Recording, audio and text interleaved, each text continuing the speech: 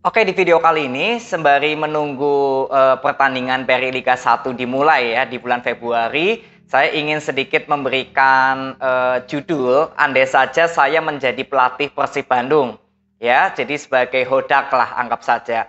Jadi ketika melihat perform dari Persib Bandung yang inkonsisten dalam beberapa pertandingan terakhir, sebetulnya permasalahan Persib Bandung adalah di sektor tengah. Ya, lantas bagaimana apa yang akan dilakukan oleh saya ketika melihat stok pemain Persib Bandung saat ini untuk membuat perform Persib Bandung ini bisa bangkit atau skema permainan cepatnya itu bisa kembali lagi efektif.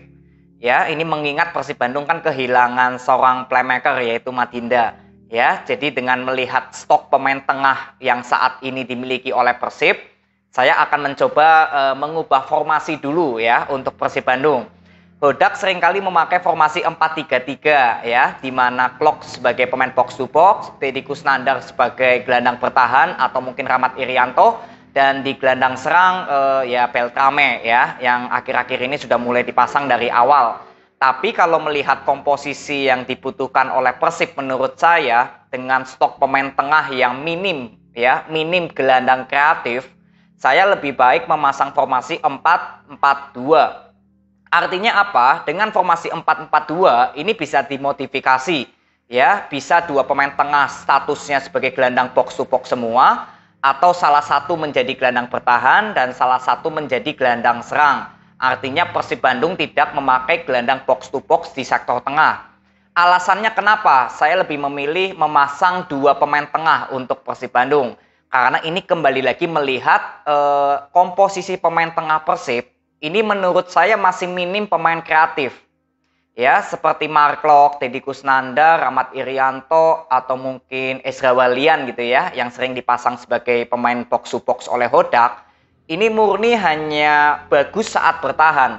Tapi ketika melakukan penyerangan, ya kecuali Ezra Walian ya, mungkin skill individunya masih oke lah. Tapi sisanya Mark Klok, Deddy Kusnandar, Rahmat Irianto, ya nggak terlalu baik untuk melakukan skill individu ya, karena tugas mereka kan hanya menjaga di pertahanannya Persib.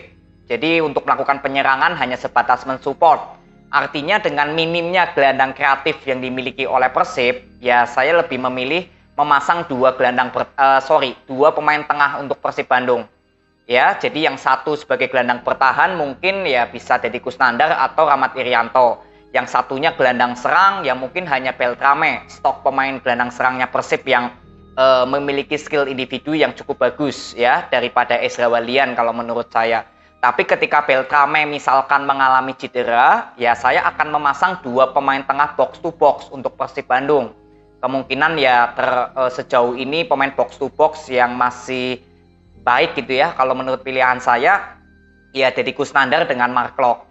Ya, ini kalau Beltrame misalkan nggak bisa main. Kalau bisa main, saya bilang ya formasinya 4-4-2, tapi di tengah Persib Bandung memasang satu gelandang serang dan satu gelandang bertahan. Ya, ini alasannya kenapa saya lebih memilih Persib Bandung memakai dua pemain tengah. Ini kembali lagi melihat komposisi pemain Persib yang menurut saya masih minim ya, pemain yang memiliki gelandang kreatif. Ya, lalu untuk sektor sayap dan sektor depan, artinya Persib Bandung akan lebih banyak melakukan penyerangan dari sektor sayap. Ini kembali juga ke masalah pertahanan. Karena formasi 4-4-2 ini juga ada minusnya kalau menurut saya. Yaitu saat melakukan pertahanan, Persib Bandung harus bertahan di zona area sendiri. Ya, tidak melakukan pressing sampai ke depan. Alasannya dengan formasi 4-4-2, kalau misalkan Persib Bandung bertahan di zona area sendiri, maka akan banyak pemain di pertahanan Persib Bandung untuk bisa melakukan counter attack. Jadi ketika musuh kehilangan bola, Persib Bandung akan memiliki momentum untuk melakukan counter attack dengan jarak pemain yang berdekatan. Jadi ini ya yang menurut saya formasi 4-4-2 itu efisiennya lebih bagus ya bertahan di zona area sendiri. Karena kalau bermain pressing, yang artinya pemain Persib Bandung tetap melakukan pressing sampai keluar, yang menjadi kelemahan Persib nanti adalah di sektor tengah. Karena sektor tengah Persib hanya ada dua pemain saja.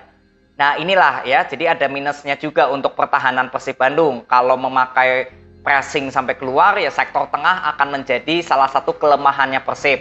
Tapi kalau Persib Bandung bertahan di zona area sendiri, ya saya bilang ini posisi pertahanan yang paling bagus dengan memakai formasi 4-4-2. Ya, jadi sebetulnya untuk Persib Bandung dengan komposisi pemain tengah ya yang menjadi berapa kali bahan evaluasi saya, ya memang untuk mengandalkan formasi 4-3-3 ya sejauh ini sebetulnya Persib Bandung hanya kekurangan di gelandang kreatif. Ya, Mark Klok berapa kali ya untuk melakukan skill individu juga sudah mulai banyak penurunan kalau saya bilang. Sempat ada permainan yang bagus dari Mark Klok, tapi untuk berbicara 10 pertandingan, ya paling hanya 2 Mark Klok bisa perform, sisanya seperti masih inkonsisten. Ini mengenai permainan Persib Bandung kalau bermainnya cepat. Ya, jadi menurut saya kelemahan Persib Bandung kalau formasinya tetap 4-3-3 adalah di masalah penyerangan. Apalagi Beltrame sekarang masih proses adaptasi lah dengan permainannya Persib. Jadi ya seperti kehilangan Madinda sangat terlihat berpengaruh. Ya, lalu untuk sektor pertahanan justru Persib Bandung ini kalau memakai formasi 4-3-3 seperti Mark Klok yang masih selalu diturunkan sebagai line up bersama Deddy Kusnandar, ya ketika bertahan memang cukup baik. Tapi ketika melakukan penyerangan seperti sepi gitu loh. Pemain Persib Bandung seperti jumlah pemainnya selalu kalah ketika melakukan penyerangan ke pertahanan musuh.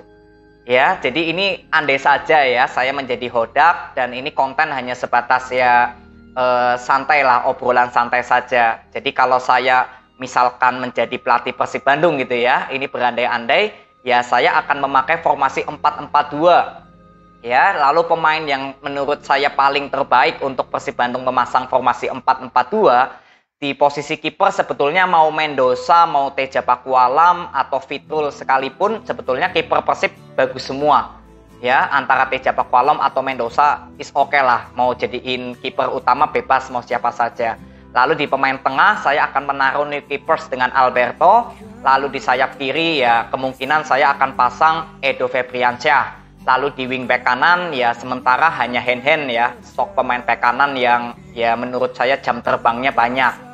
Ini dari stok pemain belakang dan kiper. Lalu untuk gelandang bertahan saya akan pasang Deddy Kusnandar.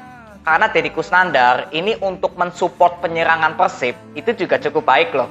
Jadi berapa kali saya lihat ya Deddy Kusnandar walaupun sebagai gelandang bertahan, tapi untuk mensupport penyerangan Persib ini juga cukup bagus. Apalagi waktu lawan Dewa United ya, itu memberikan assist ke Ciro.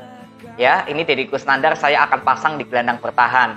Lalu di sayap kiri saya mungkin akan taruh Rian Kurnia ya di sayap kiri. Karena Rian Kurnia ini untuk melakukan penyerangan dan pertahanan ini sangat baik kalau menurut saya. Ya, lalu di sayap kanan ini antara Beckham atau Febri Haryadi. Karena stok pemain sayap kanan Persib kan ya paling hanya Beckham dengan Febri ya yang seringkali bergantian menjadi starting line up. Lalu ada Arsan Makarin ya sebetulnya yang saya bilang ini calon pemain bintangnya Persib. Tapi kalau sejauh ini melihat segi kematangan ya dari jam terbang ya mungkin Beckham Putra yang akan saya taruh di sayap kanan. Ini bisa bergantian dengan Febri Haryadi atau Arsan Makarin. Lalu di gelandang serang saya akan taruh ya Beltrame. Ya, ini di gelandang serang kembali lagi kalau Beltrame bisa dimainkan ya Persib akan saya taruh Beltrame di gelandang serang. Tapi kalau misalkan Beltrame nggak bisa bermain, ya Beltrame saya bilang akan digantikan posisinya oleh Mark Klok.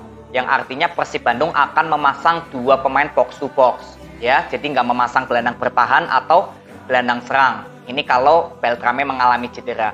Lalu di sektor depan tentu saja DTS dengan Ciro. Ya, walaupun Ciro naturalnya lebih bermain ke sayap kiri, tapi berapa kali saya lihat juga Hodak pernah memasang Ciro di posisi pemain depan. Ini juga berhasil ya, Ciro berapa kali menjadi pemain depan.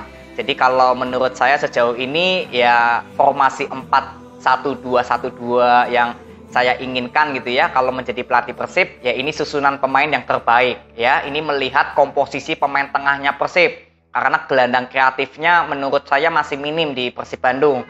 Ya, jadi ini kalau kita lihat dari komposisi pemain Persib di sektor tengah, stok pemain tengahnya ya saya bilang yang paling terbaik formasi ini. Ini kalau misalkan saya menjadi hodak gitu. Ya, paling ini aja lah video untuk analisa saya. Ini hanya sekedar obrolan santai saja ya, nggak harus dianggap serius. Kalau kalian memiliki pilihan lain, formasi apa yang mungkin terbaik untuk Persib Bandung, silakan berikan di kolom komentar. ya. Ini untuk kita sambil ya bertanda kalau kita juga mencintai Persib Bandung gitu loh. Jadi saling berinteraksi. Ya, jadi ini aja mungkin video yang saya bisa berikan untuk Persib Bandung. Terima kasih, semoga bermanfaat. See you.